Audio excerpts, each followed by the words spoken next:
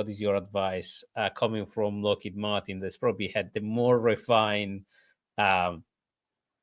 approach on problem, and probably they were looked after very well from threat actors.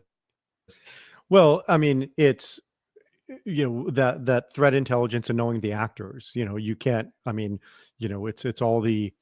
It goes back to what it's gone out of favor, but a lot of my peers back 20 years ago had the Sun Tzu Art of War quote about know thy enemy as you know thyself, and it's kind of like if you know your enemy and not yourself, or you know yourself but not the enemy, you need to know both, right? Yeah. And that still thousands of years later still applies, and I think most people know themselves really well but not the enemy in that sense.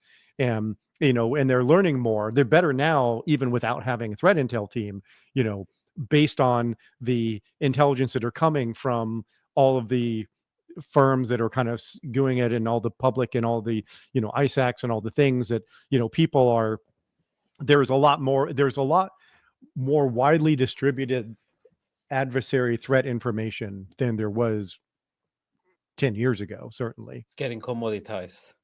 Right. And so, and then people will know. I mean, we have public names for actors, because 15 years ago they were all classified. The names of the actors were not talked about outside of skiffs, and so then Mandiant came out with their APT-1 report, and they started doing aligning it, and then CrowdStrike has their Fuzzy Panda, and then now Microsoft with their Jasmine Blizzard or whatever.